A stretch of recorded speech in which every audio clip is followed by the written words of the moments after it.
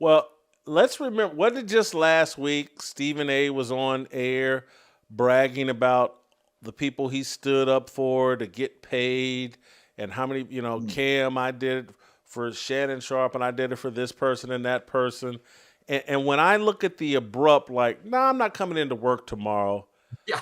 that also is like, maybe there's pointing a finger at Stephen A. Smith. Molly Qerim unleashed the shock on Instagram, claiming on September 16th that Stephen A. Smith, her longtime First Take sparring partner, framed her behind closed doors, sparking a wave of panic at ESPN as staff scrambled to rewrite the narrative. Letters after her post hit, management called emergency meetings and fielded calls from sponsors with two key advertisers, one sports drinks brand, one daily fantasy outfit, reportedly pressing for answers on who greenlit this exit and why right now. There was no time for spin. Qerim's contract was suddenly terminated, her desk was cleaned out, and Stephen A. Smith went on air looking less devastated, more cornered, trading his trademark swagger for a tight jaw and an even tighter script. More details have been released as to why Molly Qerim abruptly quit ESPN. And when I say abruptly quit, I mean she left work, I think it was on Monday, and she never came. By noon the following day, ESPN's top brass pushed out the official story. Qerim left after renewal talks fell through, according to President of Content Burke Magnus in a statement to The Athletic. Magnus insisted there's no controversy here, there's no shoe that's going to drop, yet producers and on-air talent were privately swapping stories about chaos behind the scenes. Staffers say Qerim was pulled from meetings without warning, her show graphics stripped before the ink on her Instagram story even dried. ESPN flagged internal emails that any public speculation was strictly prohibited, but that only raised more eyebrows. When Stephen A. Smith opened the next morning's First Take, he praised Qerim's class and dignity, but offered nothing about why she vanished without a farewell. Stakes soared as the network locked in a 30 to 45-day search for a replacement, with at least 3 outside names already floated on internal calls. Last night, she abruptly resigned as the host of the show. And to say that I'm quite sad about it is an understatement. The heart of Qerim's accusation cut deeper than any contract spat. She alleges Smith set her up, privately criticizing her work to management while maintaining a front of camaraderie on air. Receipts trickled out. Staff chat logs from the week prior referenced Smith's meeting solo with producers, and one segment ordered just after a high-profile on-air disagreement effectively wiped a Qerim-led topic from the replay rotation. 2 production staffers claimed Smith wanted her out to clear the lane for his own expanded role and a new $100 million contract, fast-tracked just hours after Qerim's exit. ESPN's legal team fielded a spate of outside inquiries about whether Qerim's departure triggered any changes to Smith's compensation or exclusive deal. The company insists no connection. But on air, Smith couldn't stop contradicting himself. "It's not as if I know all the details," he told viewers, before rattling off contract specifics and timeline minutia, only accessible to senior insiders. One host from a rival network sniped, "Who signed off and why now?" A lot of times, some of these things happen, and it's just uncomfortable to see. The details, quite frankly, are none of y'all business. But it's not as if I know all the details. It was a contract negotiation that was going on. ESPN certainly did not want to lose her. But in the end, she made a decision. On September 17th, the rumblings grew legs. A former road manager at ESPN claimed Qerim was offered a payout to sign an NDA and stay quiet, though neither Qerim nor her agent have addressed this on record. The rumor picked up speed after Qerim ended her Instagram statement with a cryptic "stay tuned," posted just hours after the first ESPN press release.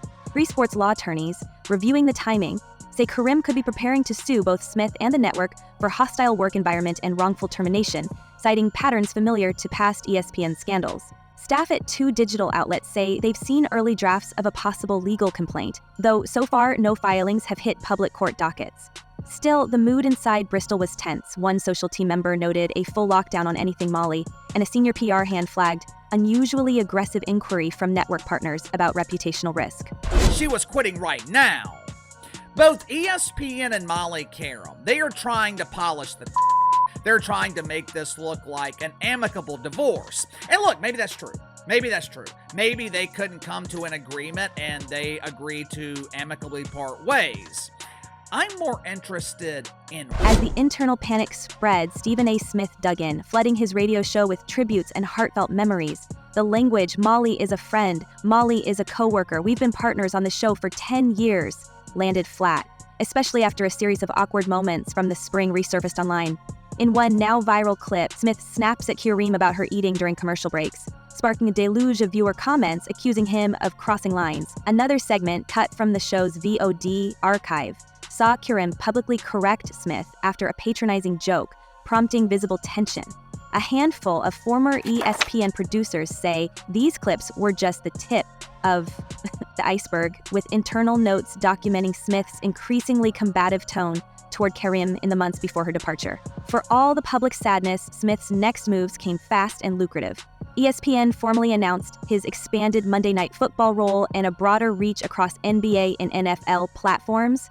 Just 48 hours after Qerim's statement went live, speculation ran wild as viewers tracked Smith's media blitz and watched ESPN scramble to cover tracks. Two on-air personalities, briefed off the record, confirmed that the timing of Qerim's departure forced the network to rush out Malika Andrews' new contract announcement as a distraction. In parallel, Smith's own statements shifted tone, sometimes describing the exit as uncomfortable, other times bristling that the details are none of y'all business. Critics noted Smith repeatedly claimed ignorance, but kept referencing confidential contract milestones and internal ESPN decisions. The pressure mounted after former ESPN analyst Emmanuel Acho called out Smith's selective memory on a rival radio show, highlighting the contradiction between Smith's self-proclaimed ignorance and his clear command of the timeline. "Don't tell us you don't know the details, then share details no one else has," Acho snapped. Molly is a friend. Molly is a coworker. Molly is somebody that I have leaned on many occasions in the past, as she has done when it comes to me. We've been partners on the show for the last 10 years. Through it all, the undercurrent of betrayal only thickened. Qerim supporters pointed to the flood of sponsor and viewer outrage online, noting a spike in "I stand with Molly" posts and a "boycott first take" hashtag trending within 18 hours of her statement. ESPN's executive team denied any link between Qerim's ouster and the new wave of talent deals. But two sports business columnists found internal memos from the week before her exit, outlining plans to streamline hosting roles and optimize Smith's brand value. That optimization paid off within days. Smith's first solo segments clocked record engagement, and a rival cable exec claims the network pitched advertisers on a new era of First Take built around Stephen A. The other thing I thought, Steve, was when you pay Stephen A. Smith $20 million, that mean, okay, well, whoever his co-host is, they're going to want an exorbitant amount of money. And so she may have been making $2.5, $3 million as the host. Well, when Stephen A. is sitting there making 20, well, maybe now she wants to make 10. At the same time, Qerim's silence, broken only by that enigmatic "stay tuned," sent the rumor mill into a frenzy. A digital marketing manager who worked with both Qerim and Smith insists Qerim is lawyered up and waiting. Two legal analysts say ESPN's legal department already shifted outside counsel into escalated status, and a draft legal threat dated September 19th allegedly made its way to 3 major media desks before being quickly pulled. With the company stonewalling media requests and Smith ducking direct questions, one ESPN veteran put it bluntly: somebody blinked, and it wasn't Molly. I think we'll start with Molly Qerim. She, yesterday when we talked, we knew that she was leaving, but we didn't know she was leaving like immediately, which is an indication that, man, this thing's a bit more complicated than just they couldn't settle on the money. It just seems more seriously. She's off the show. As denials thundered out from ESPN's corner offices, every line sounded less like reassurance and more like panic in slow motion. Burke Magnus, pressed for days on end, hammered the same tired chorus: "No controversy here. There's no shoe that's going to drop." That line echoed through press calls, internal memos, and one nervous all-hands video, but the more they repeated it, the more desperate it sounded, like the old trick of whistling past the graveyard. People on the lot traded jokes whenever an executive swears there's no shoe to drop, boots to start raining from the ceiling. ESPN has played this tune before, but rarely with so much at stake, or so many eyes watching for a misstep. The narrative began to buckle the moment ESPN tried to paper over the cracks with a new star. Almost before Molly's empty chair cooled, Malika Andrews was paraded out with a shiny multi-year contract. Coincidence, the network said, but the timing had all the subtlety of a fire alarm pulled during a board meeting. Andrews' name trended alongside Qerim's within hours, and the word inside was that contingency planning for Molly's exit started long before her Instagram bombshell. 3 staffers in digital marketing swore that Andrews' announcement package was drafted days in advance. The mood backstage swung from tense to mutinous. One talent agent snapped to us, "Nobody pivots that fast without a plan." They cut Molly loose, handed Andrews the script, and just hoped the audience wouldn't notice the handoff. Nothing about the handover felt accidental. A senior sports business writer flagged the speed of the deal as a red flag the size of Connecticut. Sponsors took note. A sneaker company delayed a first-take ad buy, demanding written reassurance that key talent transitions wouldn't tank ratings or set off a fresh social backlash. That's what happens when a company's top no controversy line gets shredded by its own calendar. The impression, intentional or not, was that Molly's departure wasn't a shock at all, but the next step in a bigger, bolder shakeup. It's the corporate equivalent of throwing out the chessboard mid-game because you already know who wins. When I heard that it was immediate, I was like, oh, she must already have a job lined up. And the job that she has lined up must be some sort of competitor to ESPN. And so that made me, is she going to Fox Sports? With the spotlight turning, attention circled back to Stephen A. Smith, and the power play started to look more ruthless by the day. His new $100 million contract became public days after Qerim's exit, just as he landed prime NFL sideline slots, expanded NBA duties, and a personal brand blitz that looked tailor-made for a solo act. A veteran studio director said, "It's not a pivot, it's a coronation." Suddenly, the chessboard was missing a queen, and the king was sitting on every square at once. In the weeks prior, insiders noticed meetings between Smith and top execs running late into the night with security called to clear the halls. The story of friendship and grief started to unravel fast. For all his public sadness, Smith was now everywhere, on every promo, every podcast, in every hot take, the face of a network that seemed to bet the farm on his voice. Jason, I actually watched that whole video clip of Stephen A. Smith. I just thought it was fun. It ain't none of y'all business. It was a contract negotiation. Oh, that was about the money. Thanks, Stephen. Thanks for cluing it. It's always about the money, though. It's like in boxing. Why didn't this fight happen? Easy. There wasn't enough. Rumors circled that Qerim's removal was never about a contract. 3 former production hands, one still under NDA, said the outcome was locked months ago. Molly never stood a chance. They wanted Stephen A. on every inch of airspace and nobody else in the way. When Qerim's defenders tried to push back, producers were reminded of their social media conduct obligation. Meanwhile, Smith's expanded platform delivered him headline after headline, and the sense of conspiracy only deepened. Every week, more archived clips surfaced. Smith's jokes at Qerim's expense, moments where her frustration flared, debates that crossed from friendly banter to open tension. One staffer described a culture of intimidation. Nobody called it out, because who wants to lose their job?